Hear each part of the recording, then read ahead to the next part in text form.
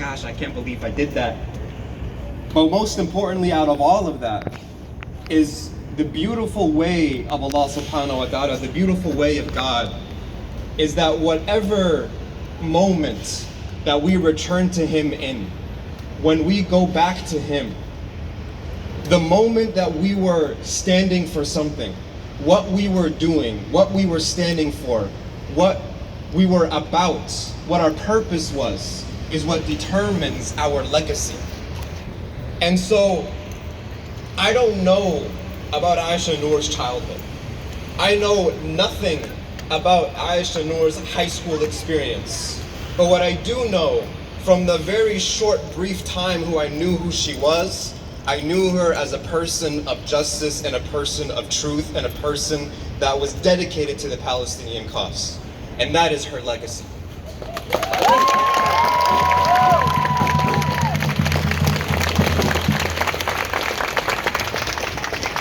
And it's an honorable legacy. It's an amazing legacy.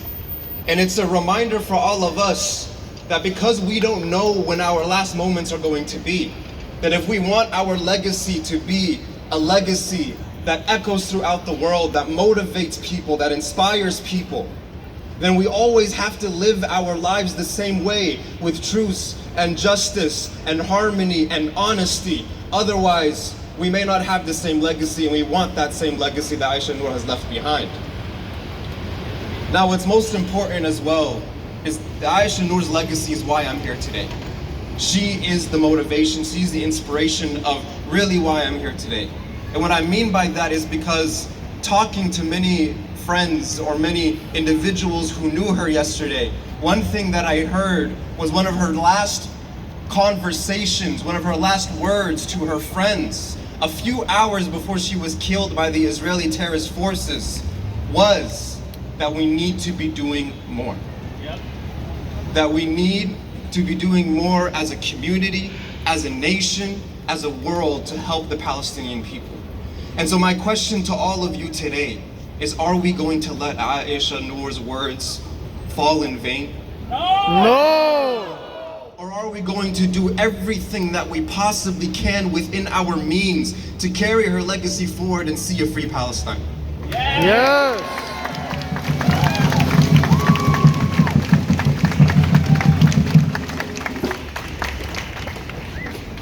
And I know it's a very difficult time for her family and friends, so I don't know if they're here today.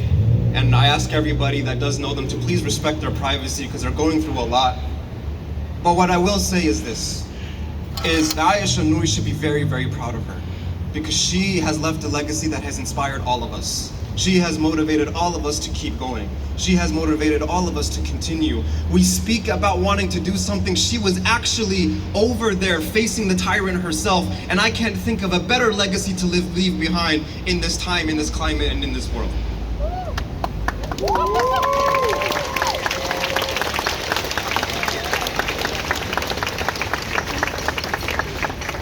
So our hearts grieve heavily at the loss of our sister. But at the same time, I can't think of anything more victorious than her right now. I can't think of anyone who is more victorious than Aisha right now, because our Lord tells us in our book, وَلَا تَحْسَبَنَّ الَّذِينَ قُتِلُوا فِي سَبِيلِ اللَّهِ أَمْوَاتًا. Never ever think of those who were killed in the path of God, killed in the path of fulfilling truth and justice, in the path of trying to bring the world to a better place. Never think that they are dead. As a matter of fact, they are alive and they are enjoying an abundant provision by God. Overjoyed by what is being provided for them. And they are excited and ready for all of us to come meet them soon, because we will also be overjoyed by that pleasure of Allah subhanahu wa ta'ala, by that provision of Allah subhanahu wa ta'ala. So with that frame of mind, I can't think of a more victorious person than Aisha Noor right now.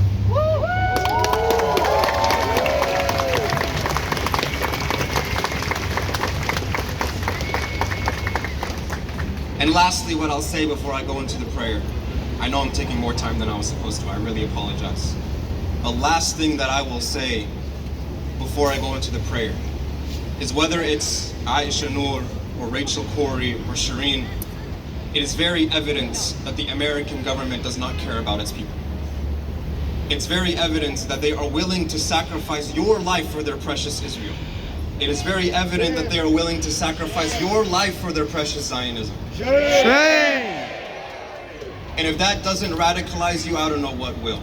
It is time, it is way past due time for a revolution in this country. Remember, they need you. You do not need any of these leaders. They did not do anything for you.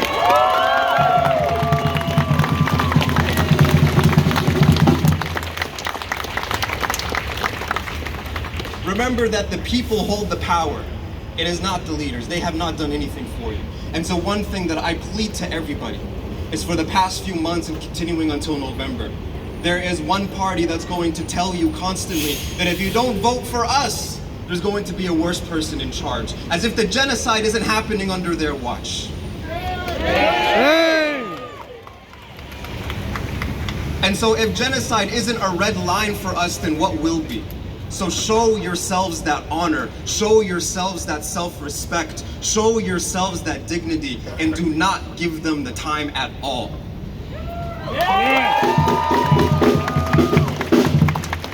And the only way that they could possibly ever get our support is if they come begging. And then even then, maybe we'll consider it, but you got a lot of making up to do.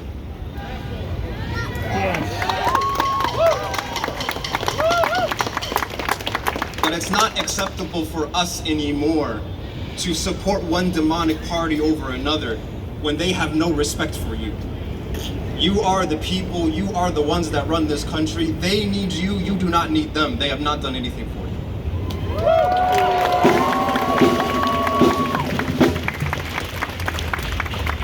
And now, inshallah, I will go into the prayer. And for all the Muslims in the crowd, and everybody is welcome to join, but specifically the Muslims, I want you guys to say the Ameen as loud as you can.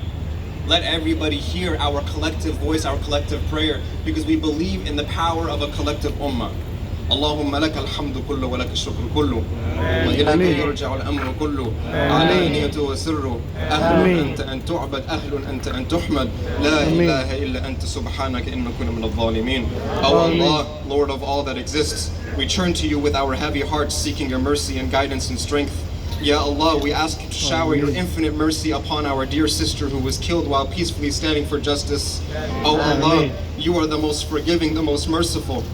We ask you to forgive her shortcomings, elevate her ranks, and grant her the highest place in Jannah, in the company of the prophets, the truthful, and the martyrs, and the righteous. O Allah, grant her the reward of those who stand firm for the truth and who are oppressed for your sake. Envelop her in your mercy and light, and make her grave a garden from the gardens of paradise. Ya Allah, she stood for justice and spoke out against oppression. Accept her sacrifice as a testimony to her faith and commitment to justice. And O Allah, let her blood not be spilled in vain. Let it be a source of awakening and strength for her community and for all who witness her courage.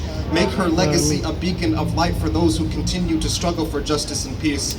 O Allah, we ask you to ease the pain and suffering of her family and loved ones. Grant them patience and solace and strength during this time of immense loss, and allow them to find comfort in their knowledge that their beloved has returned to you, and that she is now in a place free of pain, fear, and injustice. O Allah, bring justice for our sister and for all those who have been wronged. Remove the oppression from the land and replace it with peace, harmony, and your divine guidance. Grant victory to those who are oppressed and bring an end to the suffering of the innocent. Ya Allah, you are the one who brings life and takes it away, and to you we all shall return. Let her return be blessed, and let her be among those who you are pleased with. O Allah, reunite us with her in Jannah, where there is no more pain, there is no more tears, and where your believers will dwell in peace and joy forever. Subhana rabbika rabbil izzati amma yasifun, wa salamun ala mursalin, walhamdulillahi rabbil alameen. Thank you everybody, and assalamu alaikum wa rahmatullahi wa barakatuh. Waalaikumsalam.